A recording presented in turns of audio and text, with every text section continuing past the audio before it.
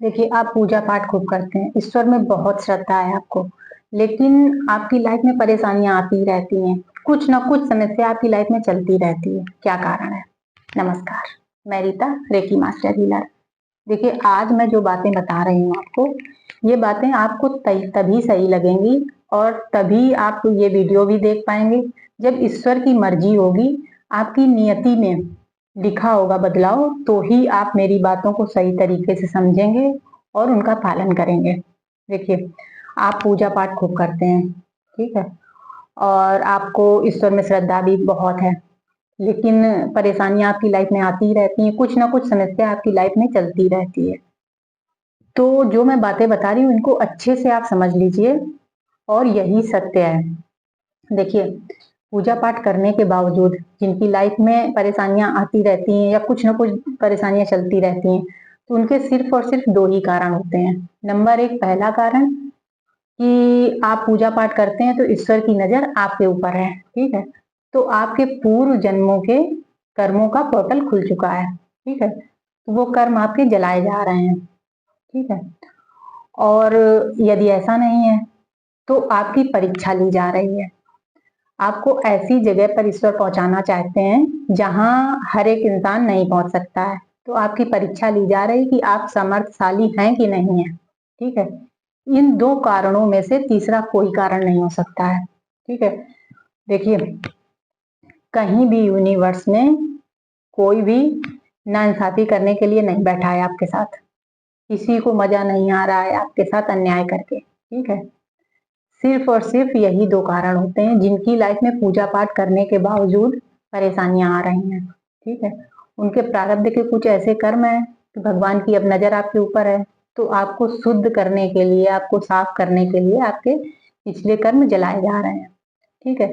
या फिर आपको ईश्वर सामर्थ्यशाली इतना बनाना चाहते हैं कि आपकी परीक्षा ले रहे हैं कि आप में कितना पावर है, आप परेशानियों में कैसे डटकर खड़े रह सकते हैं, ठीक है? तो बस यही 2 कारण हो सकते हैं और फिर अब करें क्या आप? तो देखिए, इसमें सिर्फ़ और सिर्फ़ आपको क्या करना चाहिए, आपको हर समय आभार के भाव में रहना है, ग्रैटिट्यूड के भाव में रहना है और आपको ये देखना है कि इन परेशानियाँ जो ये परेशानियाँ आपकी लाइफ़ में आ रही हैं, ये परेशानियाँ आपको क्या सिखाना चाह रही हैं? या कहीं आपके अंदर किसी कोने में कोई विकार तो नहीं पड़े हैं जिनको दूर करने की आवश्यकता है। भगवान आपको पवित्र करना चाह रहे हैं, ठीक है? तो आप ये खोजने का प्रयास करिए कि ये परेशानियाँ आपको क्या सिखाना चाह रही हैं। क्योंकि हमेशा ऐसा नहीं होता है कि आपके पूर्व जन्मों के कर्म ही हैं तभी आपके जीवन में परेशानियाँ आ रही हैं। कई बार आपकी परीक्षा ली जा रही होती है, इस वजह से परेशानियाँ आपकी लाइफ में आ रही होती हैं। तो आप सिर्फ़ और सिर्फ़ ग्रैटिट्यूड के भाव में रहिए क्योंकि दोनों परिस्थितियों में आपका ही भला है। यदि आपके पूर्व जन्मों के कर्म जलाए जा रहे हैं, तो आपके लिए ही भला है, अच्छा है और यदि आपकी परीक्षा ली जा रही है, तो भी आपके लिए अच्छा है, कि ईश्वर की नज़र आपके ऊपर है, ठीक है? तो दोनों ही परिस्थितियों में आप आभार के भाव में रहिए और आप हर समय ये देखने का प्रयास करिए कि ये समस्याएँ, ये परेशानियाँ आपको क्या सिखाना चाह रही हैं। ठीक है? इनसे आप क्या सीख सकते हैं? यकीन मानिए जब आप अपनी मानसिकता इस तरह की बना लेंगे, तो निश्चित ही जो कमियाँ या जो विकार आपके अंदर थे, तो वो सारे विकार आप दूर कर पाएँगे इन परेशानियों की स्थिति में। ठीक है?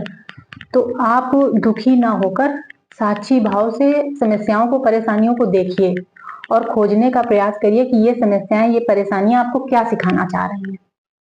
ठीक है? और आप हर समय आभार के भाव में रहिए। आप ईश्वर के प्रति और श्रद्धा को बढ़ाइए और श्रद्धा भाव से आप ईश्वर के साथ जुड़े रहिए क्योंकि लोगों के साथ क्या होता है कि ज़्यादा परेशानियाँ आने लगती हैं तो उनको लगता है क्या ही पूजा पाठ करो, जब पूजा पाठ करने के बाद भी समस्याएँ आ रही हैं, तो क्या ही पूजा पाठ करो। तो आप मेरा यकीन मानिए दोनों ही परिस्थितियाँ आपके भले के लिए ही हैं। तो आप ईश्वर के साथ जुड़े रहिए, श्रद्धा भाव के साथ में और ग्रेटिट्यूड के भाव में रहिए और खोजने का प्रयास करिए कि ये परेशानियाँ, समस्याएँ आपको क्या सिखाना चाह रही हैं, ठीक है? और कोई भी समस्या, कोई भी परेशानियाँ हमारी अच्छाई के लिए ही हमारी लाइफ में आती है, हमें और बेहतर बनाने के लिए लाइफ में आती है। यदि आप बेहतर बनना चाहें तो कई लोग क्या होते हैं, परेशानियां आती हैं, टूट जाते हैं या और गलत रास्ते पर चल पड़ते हैं। ठीक है, कुछ लोग होते हैं कि परेशानियां आती हैं उनकी लाइफ में तो और बेहतर बन जाते हैं, बिल्कुल उनमें निखार आ जाता है, बेहतरीन बनकर उभरते हैं। तो आप कौन सा रास्ता चुनते हैं ये आप तय करिए। देखिए, मैं कोई भी वीडियो या कोई भी बात यूं ही नहीं बताती हूँ। बचपन से मैंने लोगों की लाइफ को बहुत गहराई से देखा है।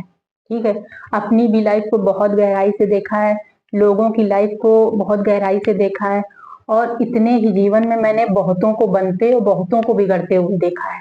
ठीक है, अर्श से फर्श पर आते देखा है और फर्श से अर्श पर जाते हुए देखा है। तो देखिए, यदि आपकी नियति में बदलाव लिखा है तो ही मेरी बातें आपको समझ में आएंगी, और यदि आपको समझ में आती हैं तो आप चैनल को सब्सक्राइब करिए, वीडियो आपको अच्छा लगे तो आप लाइक भी करिए। क्योंकि देखिए, इन परिस्थितियों से बहुत लोग जूझ रहे हैं, खूब पूजा पाठ करते हैं और परेशानियां और ज्यादा उनके साथ आती रहती हैं, तो वो पूजा पाठ ही छोड़ देते हैं। तो उनको सही मार्गदर्शन की जरूरत है। ठीक है, वो भ्रमित हो जाते हैं, उनको लगता है पूजा पाठ क्यों ही करें जब इतनी परेशानियां ही आ रही हैं, डिप्रेशन में चले जाते हैं, एंजाइटी में चले जाते हैं, चीजों को सही तरीके से ना समझ पाने के कारण। तो आप जब सब्सक्राइब करेंगे, वीडियो को लाइक करेंगे तो यूट्यूब और ज्यादा लोगों तक भेजेगा, और आपको उचित लगे तो आप वीडियो को शेयर करिए। जो भी आपके शुभ चिंतक हैं, जिनके पास भी आप वीडियो भेजना चाहें, उनके पास आप शेयर करिए वीडियो, और मेरी बातें आप समझिए, समझने का प्रयास करिए। और हाँ, आपकी नियति में बदलाव होगा तो ही आपको मेरी बातें ये समझ में आएंगी, ये भी निश्चित है। क्योंकि मैं यूं ही वीडियो नहीं बनाती हूँ, यूं ही कोई बात नहीं बताती हूँ। मैं लंबे समय से ध्यान की यात्रा पर हूँ, और जो हमारे साधु संत, सिद्ध साधु संत हैं, उनको उनके अनुभव के द्वारा जो मैंने ज्ञान प्राप्त किया है, या मैंने अपने नजरिए से जो लोगों के जीवन को देखा है, उस आधार पर मैं बातें बताने का प्रयास करती हूँ। और जो बातें समझते हैं उनकी लाइफ में परिवर्तन भी आते हैं। तो चलिए फिर मिलते हैं अगले वीडियो में।